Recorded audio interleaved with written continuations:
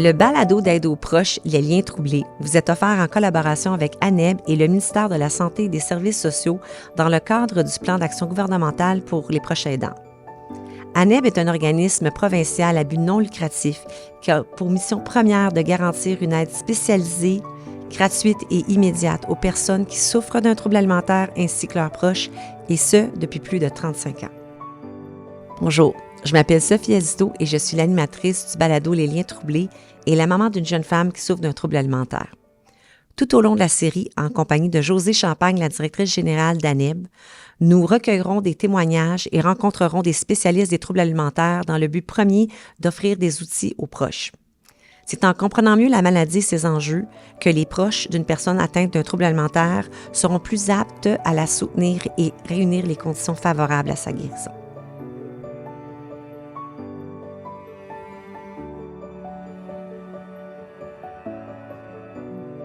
Tania Lemoine, spécialiste certifiée de l'Association internationale des professionnels en troubles alimentaires, a fondé la clinique BACA à Montréal en 2001. BACA est une clinique multidisciplinaire qui offre des services internes et externes auprès des personnes qui souffrent d'anorexie, de boulimie et de compulsion alimentaire. Tania détient un bac, une maîtrise et un doctorat d'université américaine renommée. Elle dévoue sa carrière au rétablissement du trouble alimentaire à travers ses contributions cliniques, ses formations et ses supervisions offertes aux professionnels de la santé, ainsi que sa participation bénévole auprès de plusieurs organismes publics québécois et canadiens qui œuvrent dans le domaine depuis les 20 dernières années.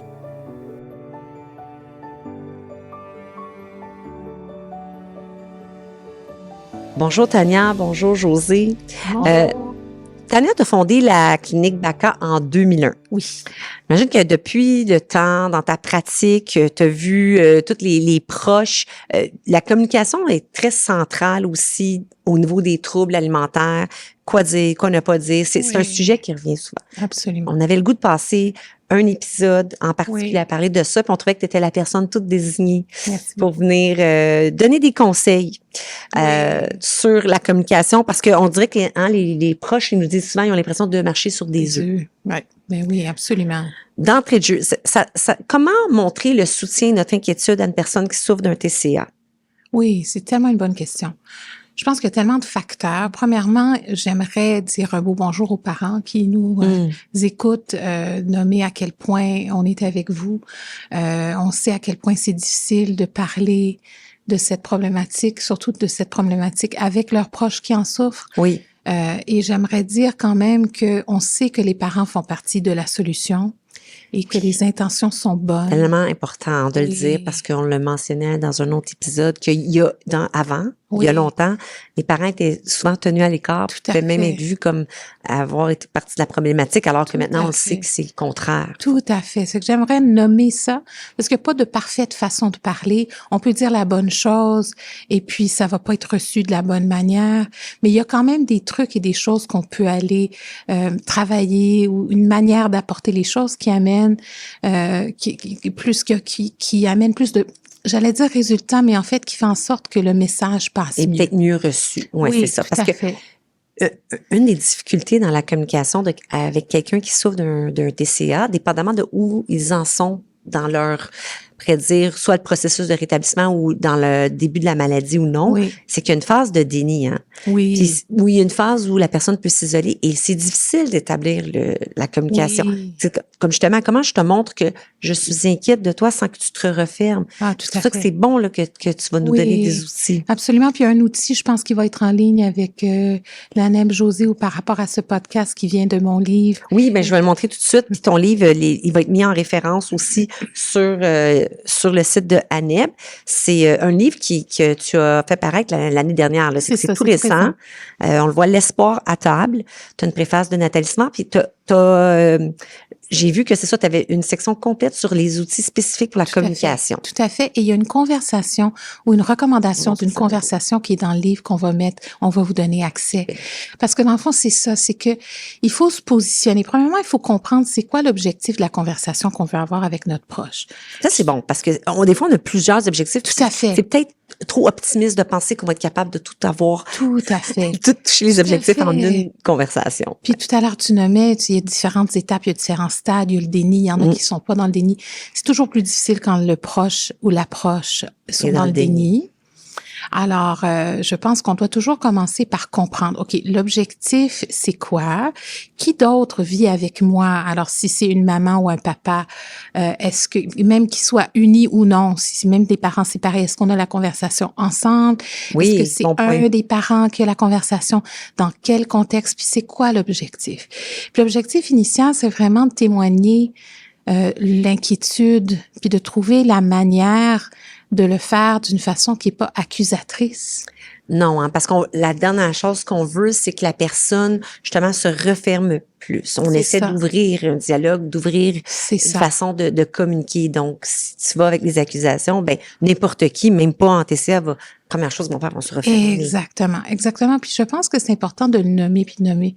Par exemple, mon intention, c'est vraiment d'ouvrir la conversation. Peux-tu m'accorder un moment, juste quelques minutes? Puis je sais que peut-être tu voudras pas parler de ce dont je veux amener aujourd'hui, mais écoute ton cœur de mère 2 petites minutes pour moi, là. Oui, c'est ça, j'ai besoin, moi. J'ai besoin de t'en parler. Oui, j'ai besoin de t'en parler. Puis dépendamment de comment ça va au tout début, on va amener plus ou moins d'informations sur le terrain. Si on voit qu'il y a une réception, si la personne est réceptive. Exactement. Et je pense, on en parle depuis toujours. Josée, ça fait longtemps qu'on se connaît dans le domaine des troubles alimentaires. Il faut parler au jeu. Oui. Ça, c'est vrai, hein, dans la communication en général. Oui, oui. Puis j'ai envie de dire que on va donner plein de conseils, mais il y a plusieurs personnes qui m'ont nommé. C'est la règle du 80-20. Moi, j'aime beaucoup ça, cette règle-là. Dans ce contexte-là, c'est quoi la règle? Fait que la règle, c'est que 80% du temps, on va réussir à parler au jeu, à parler de nos bonnes intentions, à dire les bonnes choses, à pas être accusateur, etc. Puis on se réserve comme parents proches un 20% où on est humain. Oh, c'est tellement important que tu nommes ça. On a eu même un témoignage, hein. Oui, ben, en fait, d'un témoignage d'un papa que vous allez pas entendre, qui nomme justement ça, la culpabilité de pas toujours faire ou dire la bonne chose. Mais c'est impossible de faire ça dans ce contexte. C'est impossible. C'est impossible pour nous comme professionnels aussi. Parce qu'on est des êtres humains en rencontre, puis on a ces conversations-là, c'est plus facile parce qu'on n'a pas cette relation privilégiée intime avec les proches, mais c'est pas facile de dire la bonne chose. Puis il faut toujours se souvenir que dans le fond, on parle à notre enfant, mais notre enfant a comme une partie saine et une partie qui est moins saine. La voie du trouble, la voie du rétablissement.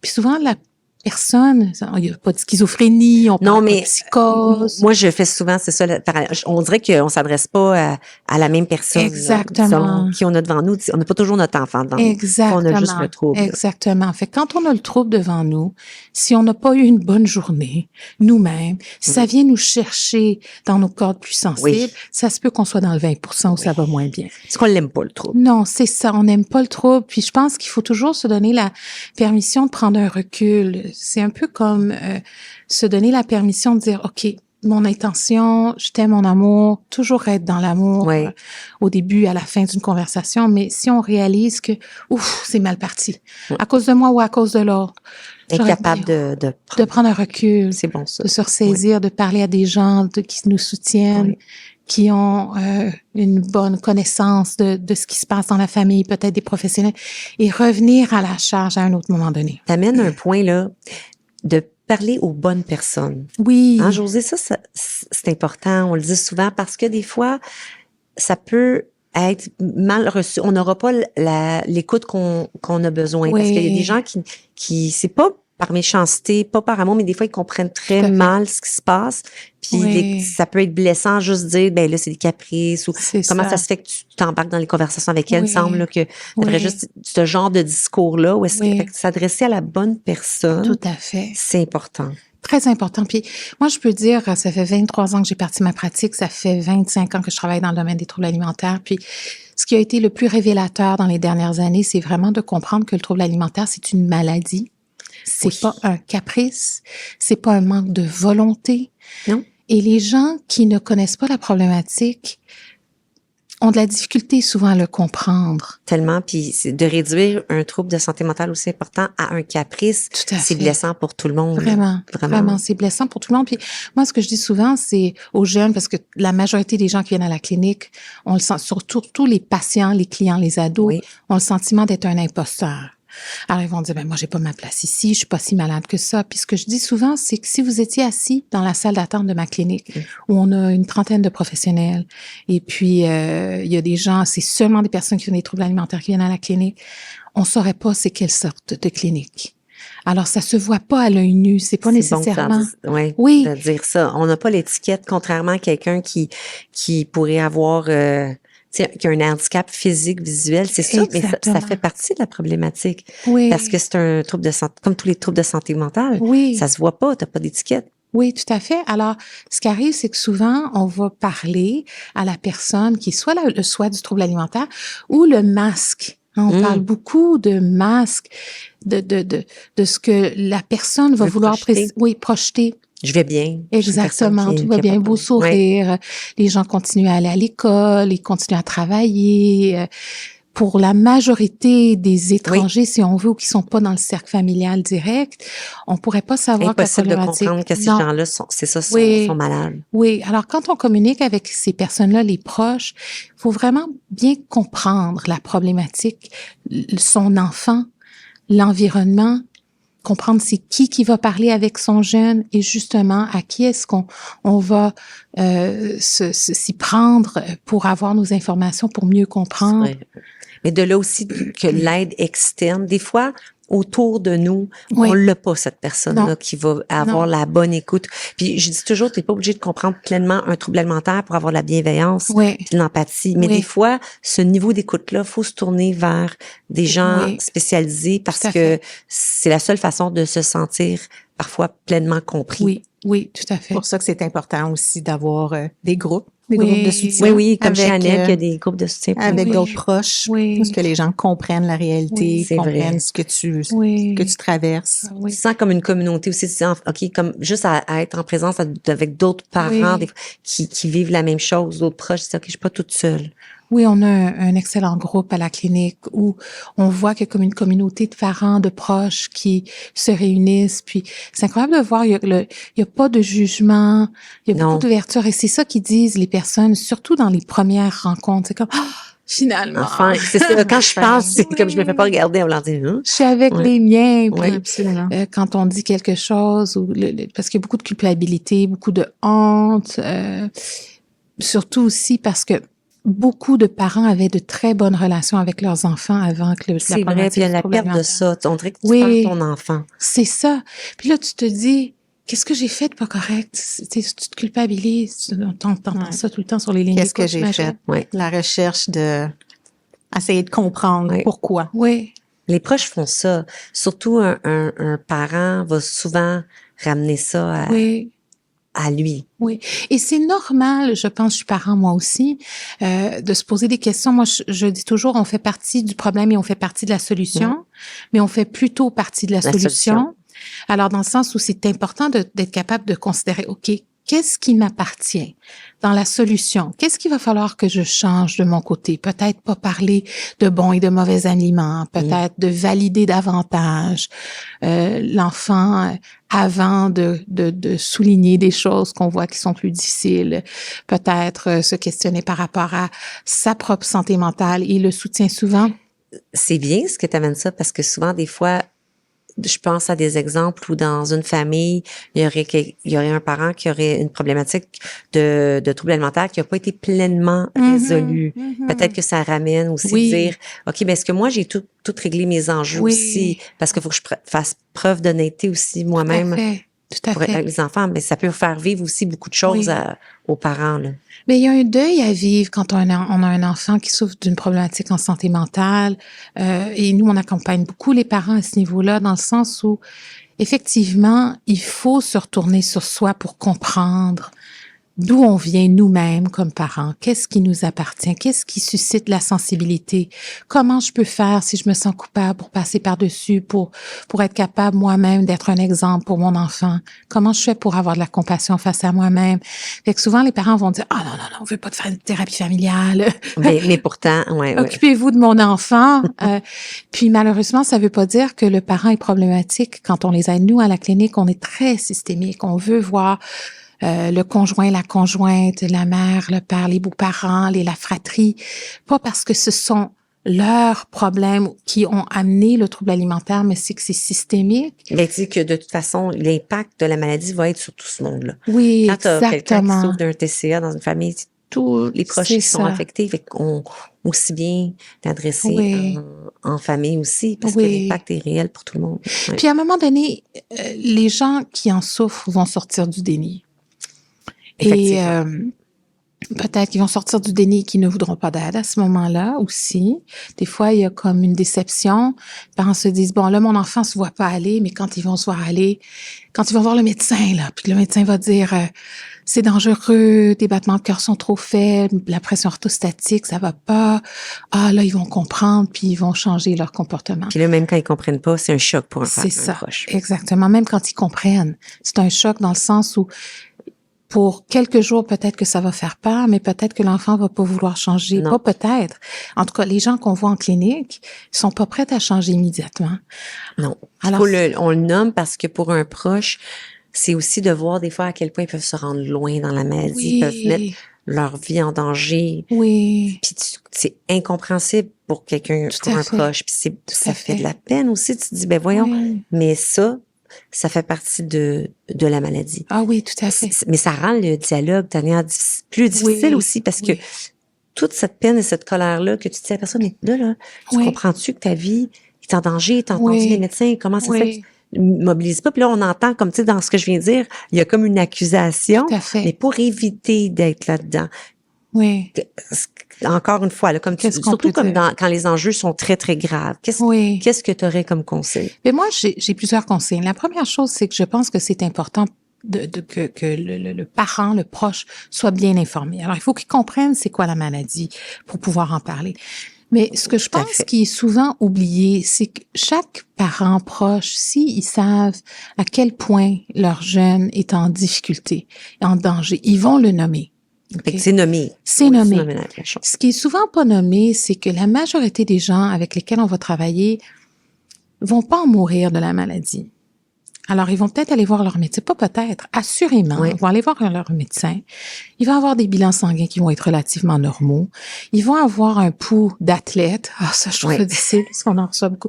Si votre jeune mange pas, a des comportements compensatoires, même s'ils aiment l'exercice, c'est pas un cœur d'athlète, c'est un cœur de trouble alimentaire. Je voulais juste faire cette parenthèse. Très bien. Puis on s'entend qu'au niveau médical, des fois, la personne qui est dans le domaine de la santé, si elle comprend pas le trouble alimentaire, elle va vraiment, elle peut se fourvoyer, là, même si parce que ça apparaît pas tout le temps dans les tests. Là. Tout à fait. Puis les médecins sont bienveillants, mais ils sont pas assez formés. C'est généralistes. Exactement. Mais ce qu'il faut comprendre, c'est que, OK, si ton enfant n'en mourra pas, c'est la meilleure nouvelle.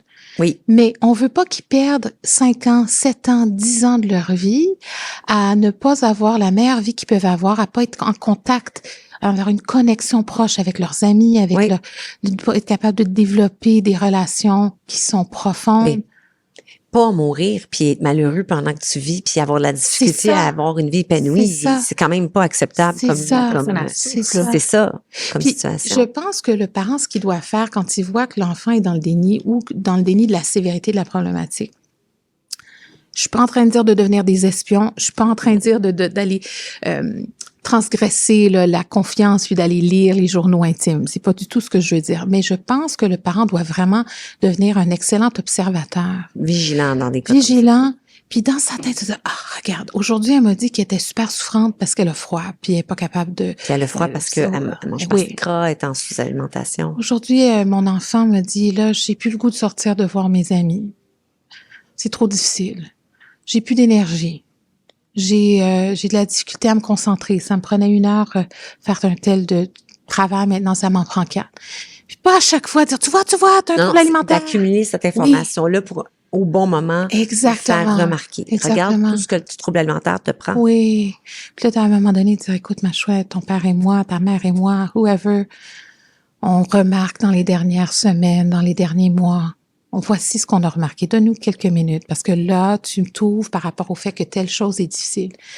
mais là, tu m'as nommé telle chose, puis tu m'as nommé telle chose. Puis souvent, ce qui arrive, c'est que les parents vont nous dire, pas tout le temps, mais souvent, mon enfant, c'était l'enfant de mes 3 qui était la plus émerveillée. C'était celle qui avait le plus d'énergie. C'est celle qui était la plus docile, qui avait moins de difficultés d'adaptation. Et là, maintenant, on dirait que j'ai un enfant qui est différent. Je vois plus la même fille, j'ai perdu ma fille. Ou mon garçon. On a de plus en plus de garçons aussi qui viennent consulter. Je suis contente de savoir que je pense pas qu'il y a une multiplication d'hommes. C'est juste que c'est plus diagnostiqué puis reconnu. Et reconnu. Alors, tous ces indices-là, puis de nommer, dans le fond, en ce moment, on veut juste avoir une conversation pendant un moment où je puisse te relater, t'informer de ce que tu m'as nommé. Puis même si, moi, je dis que la personne qui reçoit ça, elle l'enregistre. Même si à ce moment-là, elle est pas prête à reconnaître ça. Peut-être qu'elle l'est, peut-être qu'elle l'est pas. Mais ça va quand même être enregistré. Ça fait quand même son bout de chemin. Puis, l'histoire, je sais, à ma clinique, on dit, Tania, on est moins de papier, on est sur l'Internet, on regarde pas les papiers, mais on a beaucoup de personnes qui viennent nous voir, qui disent, j'aurais voulu consulter il y a 1 an, mes parents m'en ont parlé, mais j'étais vraiment dans le déni ou j'étais pas prête. Mais ils m'ont laissé tel document, telle information, m'ont texté par rapport à la NEB ou la clinique Baca ou d'autres cliniques, ou Douglas, l'information. Puis, à l'époque, je disais, je suis pas intéressée, mais ils l'ont gardé. Oui, c'est ça. Parce qu'il y a une petite voix à l'intérieur qui se bat contre le trouble alimentaire, qui demeure la petite voix saine qui veut le bien de la personne. Exactement. C'est elle enregistre cette information. Mais la difficulté qu'on a, c'est que en comprenant que c'est une maladie, ça veut dire qu'on comprend que c'est plus neurobiologique qu'on le croyait initialement. Alors, quand on est en sous-poids ou quand on n'est pas alimenté adéquatement, notre cerveau fonctionne pas de la même façon. Le lobe frontal est affecté. Les fonctions exécutives sont affectées. Alors, la personne avec laquelle on a la conversation, même si elle est posée et ouverte et disponible. Elle n'est pas apte à recevoir cette information-là. Son cerveau l'enregistre pas de la même façon. Moi, souvent, je vais parler, c'est comme si on voit en 2 dimensions et non en 3 dimensions. Et je le nomme. Moi, je pense que c'est très important de dévoiler ces choses-là aux proches. À la fois pour les praticiens que pour les proches. Ben, c'est une des missions du balado, de nommer. Je pense que les proches veulent toute l'information, prendront ce qu'ils ont besoin après. Mais on est mieux de donner toute l'information telle qu'elle est. C'est mieux d'être préparé puis savoir que de pas savoir. Oui, il faut le nommer. Oui. Puis moi, ce que je trouve qui est vraiment important, c'est que dans mes premières rencontres à la clinique, les cas plus sévères où les ados passent tous par moi, d'autres personnes peuvent passer en évaluation avec d'autres professionnels directement. Puis dans mes premières rencontres, je vais vraiment essayer d'établir avec le jeune, plus ou moins jeune, peu importe, avec les parents, que je comprends la voie du trouble alimentaire, que je sais ce qu'un trouble alimentaire fait et ce que les gens ont tendance à ressentir. Et souvent, ce qui arrive, c'est que même si les gens sont les proches ou les personnes affectées sont pas prêtes à changer quoi que ce soit après la rencontre, j'ai très souvent une espèce de réaction, une réaction de... Ils sont surpris que tu comprennes. Puis que c'est ça qui se passe dans ma vie. C'est ça. Que tu reconnais quelque chose sur lequel ils ont de la difficulté à mettre peut-être des mots. Oui, à la fois sur le plan médical. Alors moi, je pose souvent, puis pour les parents, c'est important de comprendre une manière de vulgariser. Alors, est-ce que quand tu te lèves, t'es étourdi? Est-ce que t'as froid continuellement? Est-ce que tes battements de cœur, est-ce que t'as des battements de cœur plus accélérés quand tu montes quelques marches? Est-ce que tu perds tes cheveux? Est-ce que t'as eu des évanouissements? Autant on va poser ces questions-là. Puis souvent, les jeunes sont pas capables, même par rapport à la digestion, le sommeil, l'insomnie.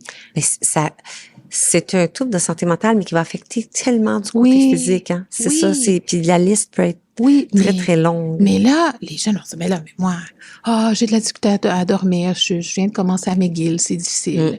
Ma concentration, c'est plus difficile. Mais quand tu finis par dire, mais il y a ça, et il y a ça, et il y a ça, et il y a ça, et il y a ça, ça, c'est super révélateur. Alors, à un moment donné, que tu sois prête ou non à l'accepter, ça vient t'intriguer. Ça devient difficile à un moment d'ignorer tous les symptômes. Oui. Moi, je parle beaucoup du fait qu'on est en relation avec son trouble alimentaire. On va pas dire on est en relation avec l'anxiété. On va pas dire qu'on est en relation avec notre dépression. Mais comme un toxicomane, on est en relation avec son trouble alimentaire. Il a on dit toujours que le trouble alimentaire, au départ, il y a une fonction, même s'il est toxique. C'est ça. La personne, Exactement. elle s'est tournée vers ça comme un mécanisme pour faire face à quelque chose. Tu sais, c'est que c'était comme un mécanisme à des émotions qui étaient pas capables de gérer, à de l'anxiété. Oui. Mais c'est toxique. Mais au départ, il y avait une fonction. Puis c'est pour ça que tu parles de la relation. Oui. Parce que au départ, et puis c'est pour ça qu'il y a du déni aussi, parce qu'au départ, ils n'ont pas trouvé une autre façon de se tourner vers un autre mécanisme qui serait pas toxique. Oui. Donc, le trouble alimentaire, ben, pour l'instant, ils veulent pas s'en débarrasser. Et il est continuellement présent. Je rencontrais quelqu'un la semaine dernière qui me disait, dans le fond, je me sens seule. Mais je lui dis, est-ce que ça te manque, là? T'as pas de relation avec des amis, c'est quelqu'un qui a déménagé à Montréal. T'as pas de chum en ce moment. Elle nommait que elle était triste de ça, mais avec la conversation, elle finit par dire, mais Tania, j'aurais pas le temps d'avoir des amis. Le trouble alimentaire est toujours là. Le trouble alimentaire est toujours là. Et il est fidèle. Et on peut compter sur lui. Et on sait que si on se comporte d'une certaine manière, on va avoir tel résultat. Et de savoir le résultat est souvent plus important que la manière qu'on se sent à l'intérieur de nous-mêmes. C'est fou, hein, mais c'est ça. C'est comme un conjoint ultra toxique, mais au début, on voit pas toute la toxicité. C'est la toxicité qui est là. Puis la personne, faut juste l'amener dans la bienveillance, à voir que ça lui enlève beaucoup plus que ce que ça lui donne au début. Ça donne un peu juste pour assez pour le laisser prendre de la place. Mais quand, comme proche, on comprend ça, parce que c'est difficile à comprendre pour un proche que ton enfant, au début, c'est volontairement tourné vers ça. Qu'est-ce que tu te demandes comme proche, mais qu'est-ce qui est arrivé dans sa vie ou qu'on lui a pas donné assez pour que mon enfant a besoin d'une présence aussi toxique? Oui. Mais premièrement, je pense pas que volontairement on développe la problématique du trouble alimentaire. Je pense que ce qui arrive, c'est que majoritairement parlant, c'est sournois. Avant, il y a 25 ans, on parlait qu'il y avait peut-être un gros traumatisme qui avait lieu. Et évidemment, s'il y a un traumatisme, il y a plus de chances que quelqu'un développe la problématique. Mais il y en a pas toujours. C'est souvent très sournois, puis c'est comme du jour au lendemain, les comportements qui viennent avec la restriction alimentaire, le surcontrôle, les régimes, ça commence, au début, c'est euphorisant. Oui, puis ils ont beaucoup de valorisation, des fois externe, des compliments. Exactement. Alors, initialement, ils se lèvent pas le matin puis ils se disent, je vais devenir anorexique ou boulimique. Je pense pas que personne veut jamais ça, là. Ils vont se lever puis ils vont se, ça me tente d'avoir peut-être une petite une ligne plus fine, peut-être perdre un petit peu de poids, être plus active, manger plus clean, parce que c'est bien pour l'environnement. Puis on commence, puis jusqu'à ce qu'on ait l'impression initialement qu'on a le contrôle, mais on perd le contrôle. Oui, c'est ça. Par le temps que tu te rends compte que tu as perdu le contrôle, tu es loin dans la maladie. Et une chose qui est importante pour les parents et proches de comprendre, c'est que moi, je vais souvent utiliser l'analogie. Tu sais, si tu as une rupture amoureuse, puis tu vas consulter une psychologue ou une psychothérapeute, ça fait du bien. Parce que moi, quand j'ai vu des thérapeutes pour parler de ce genre de choses-là, t'as une écoute, c'est ton espace, tu peux pleurer, on est là pour toi, ça fait du bien au moment présent. Quand tu consultes pour les troubles alimentaires, oui, tu vas avoir quelqu'un qui va t'écouter, mais on veut t'amener à faire des choses qui te terrifient. On veut t'amener à faire des choses... C'est vrai ce que tu nommes. Oui, que tu ne souhaites pas faire. Et au début... Ça fait pas du bien, contrairement à d'autres formes de thérapie. Fait que c'est difficile d'accepter de s'embarquer dans de la thérapie. Puis Walter Kay et son équipe dans l'Ouest canadien, américain, il y a plusieurs années, il était le chef chercheur de cette approche, de cette recherche, où on démontrait que quelqu'un qui est sous l'effet du jeûne, quand on n'a pas de troubles alimentaires, quand on mange après un jeûne, on se sent bien. Sérotonine, dopamine, tout se replace. On est bien parce qu'on est des animaux, on a besoin de manger pour survivre. Et l'hypothèse initialement, c'était que si quelqu'un a un trouble alimentaire sur le plan psychologique, bien, mais sur le plan physique, ils vont avoir besoin de s'alimenter. Alors, on les a mis à faire un jeûne. Puis après, quand ils ont mangé, qu'est-ce qui est arrivé? C'est l'inverse. Même si le corps avait besoin de la nourriture, l'esprit, si on veut, le côté cognitif, n'était pas bien avec ça. Fait que déjà, ça, c'est même sans le trouble alimentaire. Fait que tu vois que... Fait que tu peux pas dire à ton enfant, mange, tu vas te sentir mieux. Parce que c'est pas vrai à court terme. On parle d'exposition, l'importance de l'exposition, de travailler le volet alimentaire. Vous avez eu plusieurs invités qui ont parlé justement des approches familiales, comment accompagner ses enfants à manger. Mais il faut comprendre que le chemin initial vers le rétablissement est plus difficile. Et si on le nomme à notre proche, avec empathie, avec amour, mais au moins on est en train de leur dire la vérité. Donc, c'est ce que j'entends, c'est vraiment important de nommer les choses. Oui. En nommant les choses, par contre, est-ce qu'il y a des sujets qui sont à éviter? Tu sais, des fois, ça, c'est un des défis de la communication. Oui. Puis des fois, il y a aussi, on se rend pas compte de certains commentaires qu'on va faire qui sont très nuisibles dans la communication. Mais je pense que il faut pas qualifier les aliments. Il n'y a pas de bons et de mauvais aliments. Je pense qu'il faut pas essayer de dire à son enfant qu'on comprend ce qu'ils vivent vraiment. On peut nommer qu'on a une compréhension de la problématique des troubles alimentaires, mais il faut vraiment leur insuffler cette impression, cette croyance qu'on fait confiance à leurs paroles, donc valider. Donc il faut pas nommer, bien là, tu peux pas me dire que tu te sens bien comme ça, là, ça n'a pas d'allure, je te vois aller. C'est ça. Il faut essayer de valider le plus possible. Je pense que il faut juste faire attention à la rigidité aussi de ce qu'on peut apporter comme commentaire par rapport à la manière qu'ils ont l'air.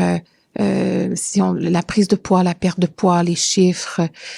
C'est ça, c'est terrain miné, oui, de parler de façon de parler de poids, même quand quelqu'un pense comme je pense à quelqu'un qui souffrait d'anorexie, puis là ils ont dû reprendre du poids, puis là t'as de l'air mieux, t'as des meilleures couleurs. Pour quelqu'un qui est encore dans la maladie, recevoir ça pour eux, ça veut dire peut-être qu'ils ont eu une perte de contrôle total puis sont rendus énormes. Tu sais, eux autres ils reçoivent pas ça comme on pense que ça va être reçu quand on le dit. Non.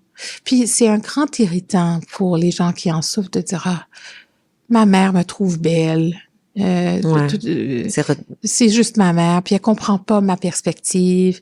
Puis quand je voulais dire rigidité, c'est que je pense qu'il faut faire attention au débat de pouvoir. On gagnera pas si disons Laurent dit, je suis sûre que j'ai pris du poids. Non, je te le dis, on le voit. C'est pas s'embarquer dans ces conversations-là. De nommer, toujours de revenir à l'intention. Puis j'ai l'impression que tout ce que je pourrais dire, ma chouette, ça va être difficile pour toi d'avoir la même perspective que moi. Mais je sais pas nécessairement quel mot utiliser, mais ce que je peux te dire, c'est que je t'aime. Puis, j'aurais pas cette conversation-là avec toi si j'étais pas soucieuse. Et puis, il faut faire attention aussi. On peut parler, j'en ai parlé à ton père, j'en ai parlé à ta fratrie, mais faut pas non plus aussi que, surtout la première conversation, que ça soit une embûche, hein. Qu'on ait l'impression que, la jeune ait l'impression que maman a parlé à tout le monde. Oui, c'est ça. Tout le monde ça met contre moi ou tout le monde est là. Ce que j'entends, Tania, aussi, que j'aime que tu abordes, c'est que on peut le dire qu'on se sent dépassé ou qu'on a de la difficulté à trouver les bons mots. On peut dire, regarde, je sais pas comment t'aborder ça, je sens que de ton côté, tu sais, comme il y a peut-être une réaction. Fait qu'on peut nommer ça, ça enlève la pression aussi. Tout à fait. Ça nomme l'éléphant blanc, on pourrait dire, dans la pièce. Tout à fait. Vraiment, on est humain comme parents, comme proches. On peut faire des erreurs en disant certaines choses. Puis même, à la limite, je pense à plusieurs familles à la clinique qui sont venues et qui avaient plusieurs enfants qui avaient des troubles alimentaires dans la fratrie. On l'a entendu dans un témoignage aussi, c'est que... Puis chaque enfant va pas entendre les choses de la même manière. Alors oui, on va dire des choses. Si d'entrée de jeu, on est toujours en train de nommer, principalement, je suis là pour t'accompagner, je suis là, je t'aime, je vais peut-être pas dire les bonnes choses, on voit peut-être pas les choses de la même manière. Puis plus on a des conversations, plus on peut devenir direct. Ça, c'est ma recommandation. Ça, c'est vrai. Ça, je suis d'accord avec toi parce qu'il y a un dialogue qui s'établit, il y a comme une confiance.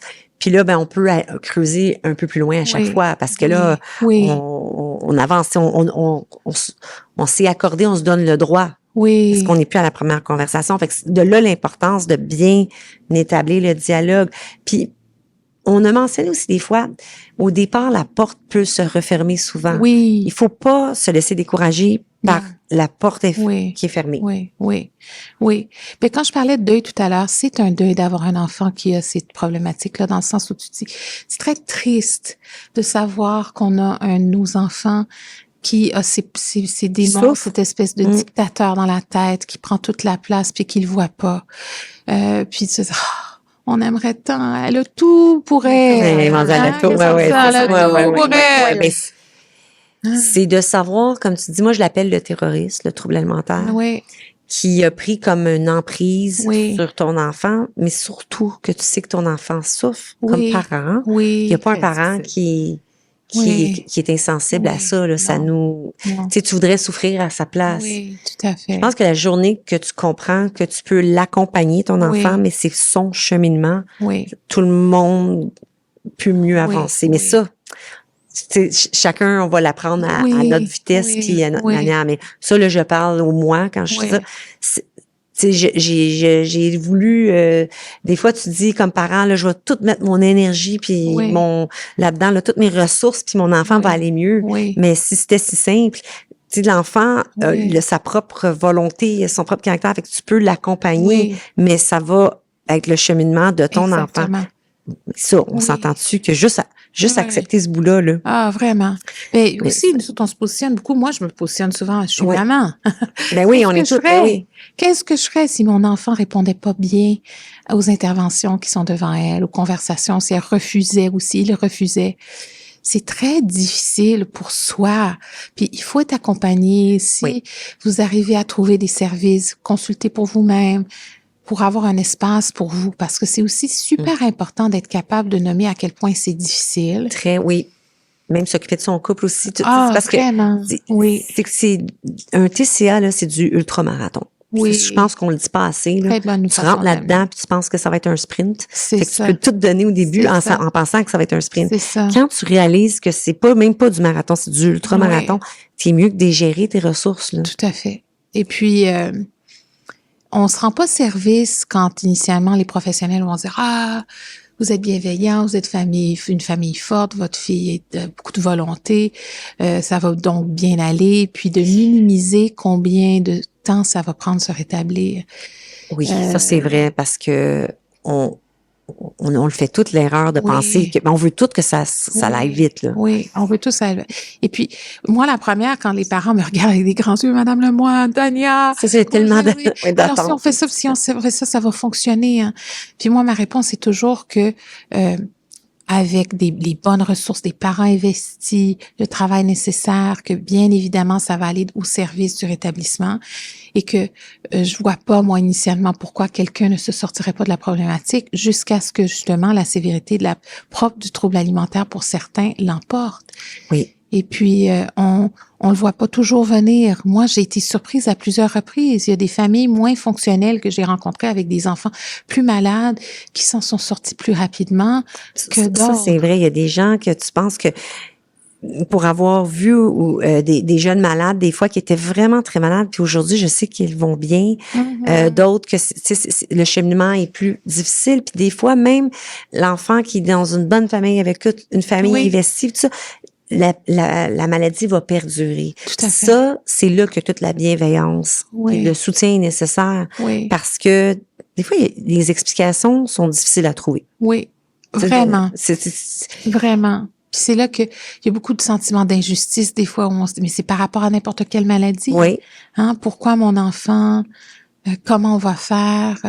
Moi, souvent, ma suggestion, c'est initialement, quand l'enfant s'ouvre et est prêt à recevoir de l'aide, là, on mise sur là qu'il faut le traitement. Oui. Se mobiliser. Se mobiliser le plus possible. Ça prend du temps, ça prend beaucoup de place. Oui, mais c'est une maladie. Quand ça devient plus chronique, c'est là qu'il faut se dire, OK, il faut qu'il y ait plus une motivation intrinsèque. Il faut s'assurer que le réseau familial, le réseau de soutien soit soutenu. Il faut qu'il y ait, justement, il faut prendre soin de son couple. Prendre soin de ses autres enfants. Puis, on pose beaucoup de questions par rapport à la fratrie aussi. Oui. Combien d'informations on va divulguer? Est-ce que c'est le proche qui a le trouble alimentaire qui décide? Qu'est-ce que tu dis là-dessus?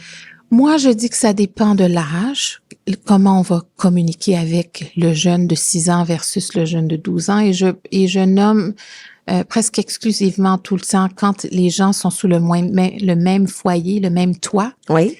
que les proches ont le droit de le savoir, même si c'est impossible de pas le nommer. Je pense que c'est de prendre même le jeune enfant. C'est sûr que plus il est jeune, moins tu veux aller dans la complexité. Oui. Mais de ne pas nommer, ce n'est pas, je pense, juste envers lui, parce que c'est sûr qu'il sait qu'il se passe quelque chose. Ça. N'importe qui sait, là, un trouble alimentaire dans une famille, là, s'il y a bien quelque chose qui est pas discret, c'est ça. Les dynamiques, déstabilise. Hein, c'est ça déstabilise. Les dynamiques familiales ont changé. Donc, le jeune frère ou sœur a le droit que ça soit nommé, parce que sinon tu laisses vivre des sentiments, dire là il se passe quelque chose, je vois bien que tu sais, ma grande sœur, mon grand frère va pas bien, mes parents ont l'air perdus, mais moi on me dit rien, mais je sais qu'il se passe quelque chose. Puis après ça va engendrer des problématiques chez les proches, puis on veut éviter ça. Donc pour moi, ça appartient au discernement des parents de bien avertir les gens qui demeurent ensemble sous le même foyer. Et très souvent, ce que je vais dire, c'est que ton papa, ta maman, ta mère a le droit d'en parler à une proche, un proche, sa sœur, sa meilleure amie, parce que des fois, les personnes qui souffrent du trouble alimentaire veulent pas que les autres le sachent.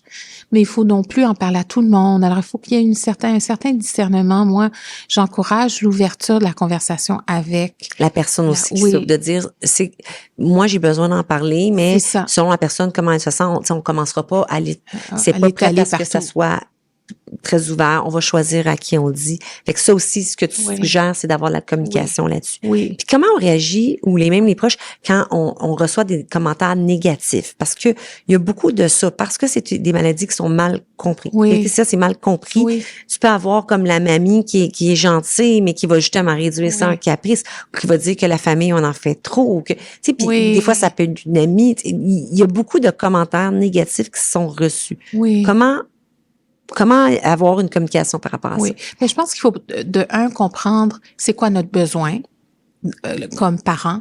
C'est-à-dire, est-ce qu'on a besoin d'en parler davantage avec les autres et de démystifier ce qui se passe, ou est-ce qu'on ne veut pas en parler avec les autres? Ça leur revient, cette décision-là. Puis une fois que tu identifies, ma mère, elle comprendra pas pour X, Y raison, ça me tente pas d'en parler. Quand la mère, l'amie, se pratiquer même à savoir le dialogue qu'on peut entretenir pour dire, je sais que tu dis ça pour bien faire, tu sais, de donner un peu de pouvoir à l'autre, mais j'ai décidé en ce moment, ce qui est important pour moi, c'est de préserver ma santé mentale, puis j'ai pas le goût d'en parler dans ces contextes-là. Je te remercierais de respecter cette limite, et puis si j'ai besoin de toi, est-ce que je peux compter sur toi? Oui, merci. OK. C'est bien. Puis tu dis redonner le pouvoir, donc c'est quand même dans la bienveillance de reconnaître que la personne, ça vient probablement d'une bonne place, mais on se permet de ne pas embarquer dans ce sujet-là avec des personnes qu'on le sait qui sont pas capables de recevoir, ou que souvent, Josée, je te vois mais ça vient de ce qu'on disait tantôt, de choisir les bonnes personnes. C'est ça. Mais des fois, ils nous donnent le commentaire sans qu'on les ait choisis. C'est ça le problème. Puis je pense pour moi, c'est super important dans la nature humaine, pour le rétablissement du proche, pour soi-même. C'est pas un travail qui est facile. De reconnaître son besoin. Parce que ce qui arrive quand notre proche a un trouble alimentaire ou quoi que ce soit d'autre, on canalise tous nos efforts sur le proche, sur l'enfant. Puis nous, on est comme, c'est pas grave, c'est pas mon besoin, c'est pour ma fille. Moi, c'est ça revient parce qu'on pense que ça va être plus du court terme. Oui, absolument. Et puis ensuite, mais tu sais, c'est de se dire, OK, mais réellement, là, c'est quoi mon besoin? Qu'est-ce que j'ai besoin pour passer à travers ma journée?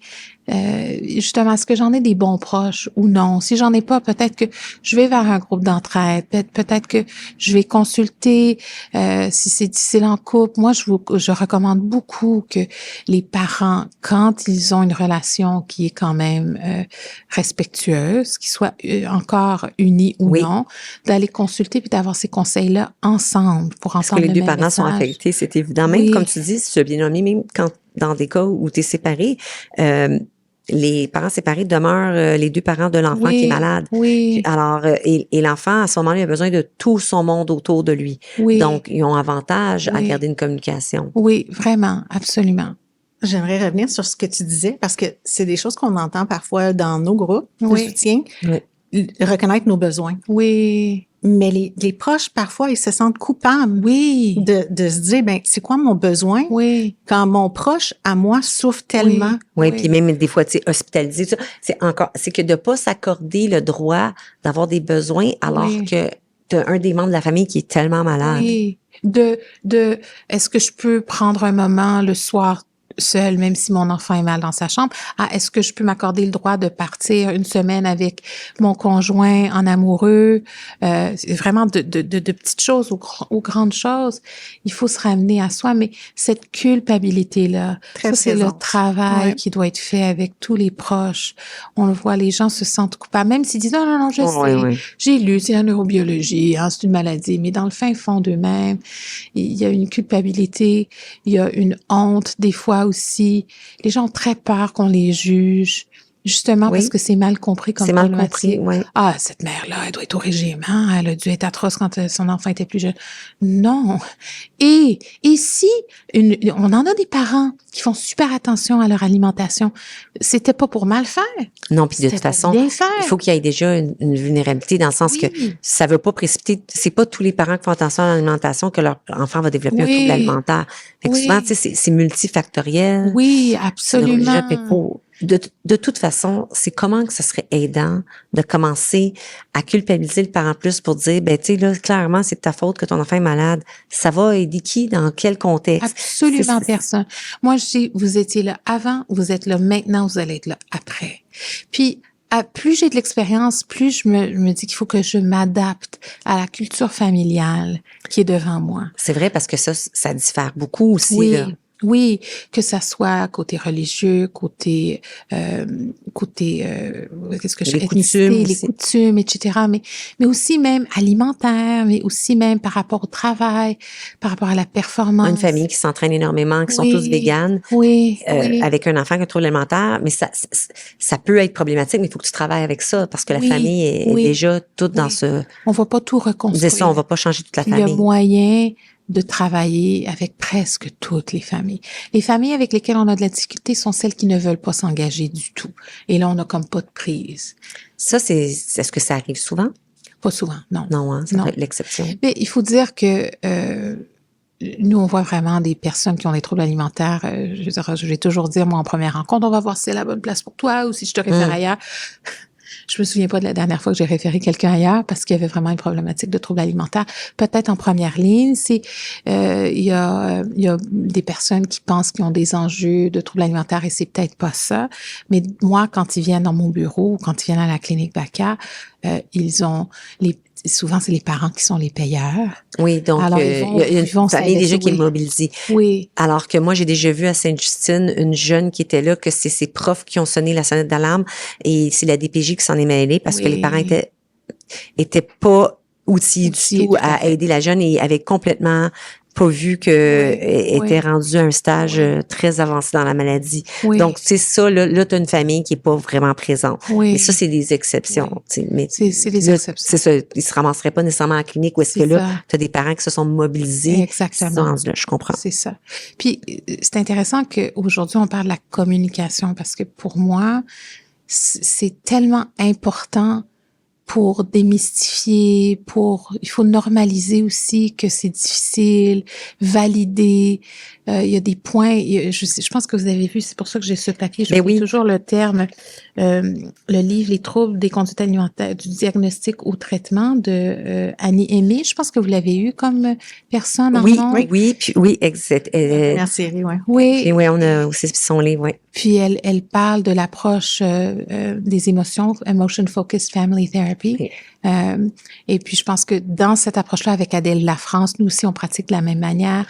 On va aller enseigner aux parents justement comment se connecter à leurs propres émotions, comment communiquer. Pour pouvoir bien communiquer. Oui, il y a une analogie de l'ascenseur. C'est comme si nous on est au rez-de-chaussée, disons le parent, puis l'enfant est au 3e étage. Il faut essayer de se rejoindre. Puis c'est pas une question de hiérarchie, c'est juste une question qu'il faut être au même niveau. Puis il y a des choses que les parents peuvent apprendre en ligne. On peut aussi peut-être mettre le site, à moins que ça soit déjà sur l'autre podcast, mais l'information sur cette approche-là. Pour refaire le lien, mais justement, Tania, le temps file. Là, si on voulait donner, mettons, essentiellement, pour améliorer la communication, là, comme les conseils essentiel à retenir? Parce que c'est sûr que là, je pense que les parents, mais de toute façon, les parents qui nous écoutent, il y a déjà des étapes de mobilisation. Ça, exactement. Donc, comment on fait pour aller encore mieux s'outiller? C'est quoi l'essentiel, des conseils que tu voudrais qu'ils retiennent de notre échange aujourd'hui? Bien choisir le moment, être informé, pas accusateur, parler du cœur, être oui, humain. ça fait sens. Ah oui, vraiment, parce que si c'est comme une approche où c'est trop froid, trop dictateur, ou même peut-être pas dictateur, c'est pas ce que je vais dire, mais trop autoritaire plutôt, il va y avoir une défense qui va tout de suite se lever. Exactement. Je pense que il faut essayer vraiment de bien identifier les blocages.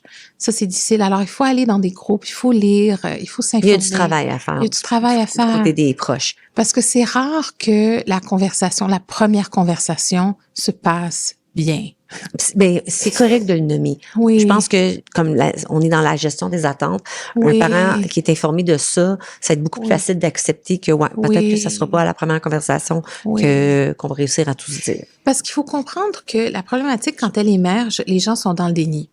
Alors le jeune, et puis je dis ils n'en jeune, ont pas de mais problématique les souvent, adultes là, aussi, il y en a beaucoup de jeunes adultes qui viennent à la clinique et puis les parents sont impliqués, c'est important, mais donc, ils sont dans le déni. Alors, si ton parent te dit, on est inquiet, on doit aller, tu manges différemment, tu as perdu du poids, tu sembles pas être la même personne. La personne dit, ben non, moi, je vais bien. Non, moi, je vais bien. C'est ça, je vais bien. Tu parles? Ouais, c'est là ton ascenseur, là. Oui. C'est que malheureusement, le temps joue en notre faveur et en notre défaveur aussi. En notre faveur dans le sens où, OK, au moins, on a comme planté cette petite germe, cette petite graine-là. Oui. Pour avoir la prochaine conversation. Puis là, la prochaine conversation, bien, on est des bons observateurs. Fait que là, on va se dire, OK, qu'est-ce que j'ai observé concrètement que la personne aurait dit ou fait qui est objectif pour amener à la conversation. Puis après ça, très souvent, moi, je vais dire, demandez à votre proche pour vous d'aller consulter une fois, puis de les rentrer pour s'assurer pour avoir que, comme quelqu'un neutre pour avoir une conversation. Oui. Puis pas et c'est pas du tout parce que je suis contre les médecins de famille, mais je parle pas d'aller voir son médecin de famille qui... Non, ça prend des gens qui sont spécialisés. Le trouble alimentaire, là, ça peut tellement faire, je trouve, des fois, l'effet contraire quand on est devant quelqu'un, même en santé, qui ne comprend pas le trouble alimentaire. On en connaît des histoires. On l'a vécu quand on accompagne quelqu'un avec un trouble alimentaire. Des fois, c'est comme ouf. Oui. Les gens, c'est pas pour mal faire, mais vraiment le manque de formation là quand ça vient à ça. Quand tu as une chance. C'est ça, tu as une chance, là, le médecin de famille ou l'autre professionnel dit pas la bonne chose, qui vient de fermer la porte, ben ouais, tout correct, tous les bilans sont beaux, tout ça, puis là, ils viennent de te fermer la porte. Pour plusieurs mois. Ouais. Puis, mais quand ça arrive, OK, c'est malheureux, on se dit, OK, l'instinct de mère, l'instinct de père, si on voit que notre enfant semble pas être bien, OK, un médecin ne dirait pas des mensonges si on voit qu'il y a vraiment des carences ou des grandes difficultés sur le plan cardiaque. Ils vont nous avertir. Alors là, comment est-ce qu'on va revenir à la charge? Tu disais tout à l'heure, il faut revenir et revenir et revenir. Oui. Puis là, à un moment donné, puis moi, j'ai une chose à nommer qui est pas nécessairement partagée par tous les professionnels, mais moi, j'y crois vraiment. Je crois qu'en début de parcours, c'est pas nécessaire d'avoir une motivation intrinsèque. Je comprends ce que tu dis. Non, ça revient quand même souvent des fois, il y a des personnes qui ont fini par se mobiliser, mais au début, on les a mobilisés autrement. Moi, je me souviens que ma fille, des fois, elle me disait, je m'accroche pour toi au début. Puis je disais, c'est pas grave. Tu vas finir par t'accrocher pour toi. C'est ça. Parce que des fois, ils sont mal dans la maladie, c'est correct, ils s'accrochent pour autre chose. Mais tu veux juste les accrocher. Ils ne se rétabliront pas complètement s'ils n'ont pas cette motivation intrinsèque. C'est vrai aussi, au départ, juste d'avoir, je pense à tellement de familles ou de personnes qui sont juste pour mes parents. Juste pour mon père. Ils sont tellement, le déni et la maladie étant tellement forte que des fois, si t'attends la motivation intrinsèque, ça se peut que t'attends un peu longtemps. Oui. Josée, toi, je t'ai vu tantôt, tu voulais ajouter quelque chose? Y avait-tu comme un point? On l'a abordé dans d'autres rencontres, mais en fait, juste rappeler que les familles ou les proches, c'est pas les intervenants. Non, Oui, absolument. oui, c'est un bon point que tu as. On essaie de donner des outils aujourd'hui pour la communication parce qu'en famille, c'est important de communiquer en sachant que ça va s'étaler probablement sur du long terme. On veut aider, mais on n'est pas là pour aller tout, on n'est pas des intervenants. Donc, la communication, c'est juste pour les relations familiales et aider notre personne à qu'elle se sente soutenue. Oui, très bon point, Josée. Puis, je veux ajouter que, par exemple, dans mon livre, l'espèce de dialogue qu'on va partager, c'est que souvent, moi, je vais parler à des parents en premier. Hein, des proches veulent pas venir, ils sont pas prêts, je vais voir juste les parents ou un parent. Puis là, je vais leur demander de se pratiquer. C'est quoi les points? Qu'est-ce qu'on bon, veut ça, amener? oui, parce que vu qu'on le sait que ça se passera pas nécessairement comme on se l'imaginait, c'est bon d'être pratiqué. C'est ça. Puis peut-être comment parler avec son conjoint, puis le faire semblant, demander au conjoint de faire semblant que c'est l'enfant, juste pour se pratiquer, pour normaliser certaines choses qui pourraient être enlever un peu d'émotion dans la conversation. Oui.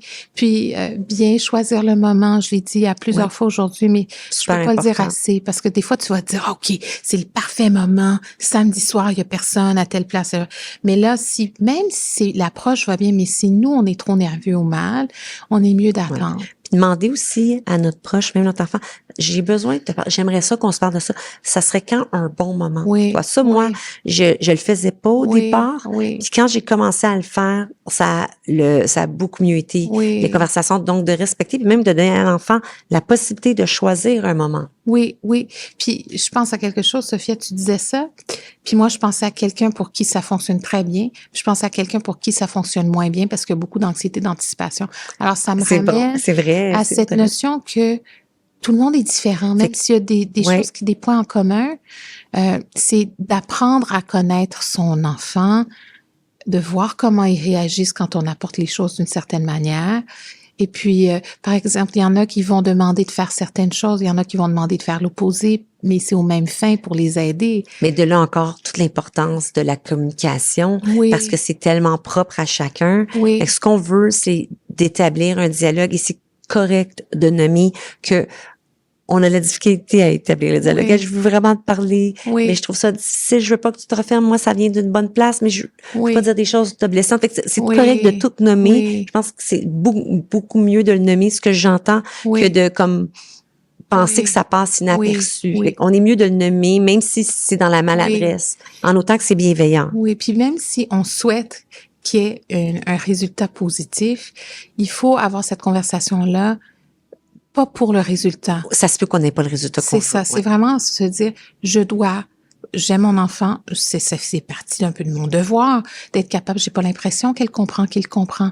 Il faut que je nomme quelque chose, d'être moins attaché au résultat. Bien. C'est bien ça. C'est une bonne porte d'entrée.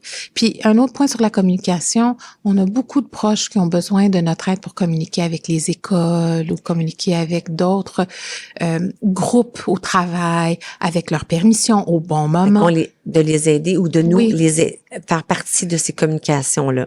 Souvent, les jeunes ont besoin d'appui. Peut-être qu'ils ont besoin d'avoir un horaire allégé parce qu'ils consultent ou parce que c'est plus difficile pour eux de se concentrer.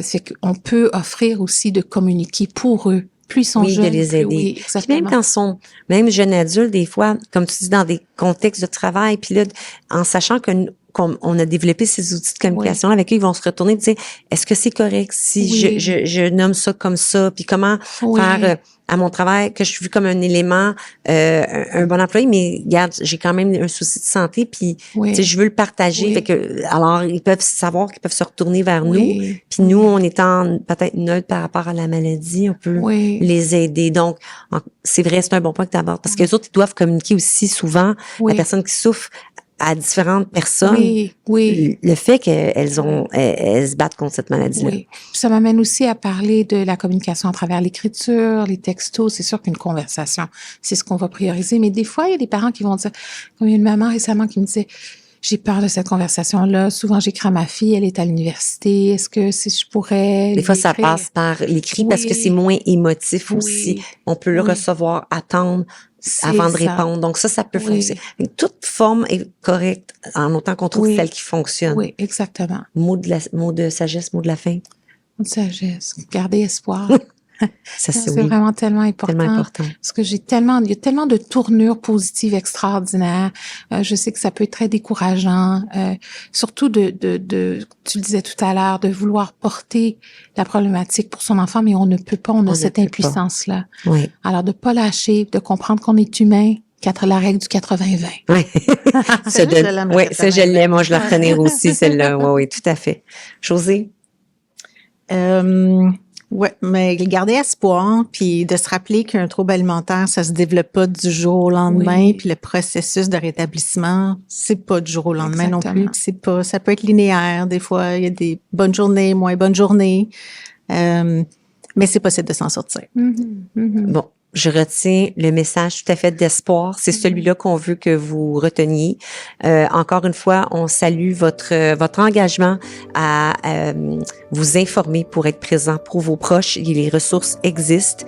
Ne souffrez pas en silence et on est avec vous.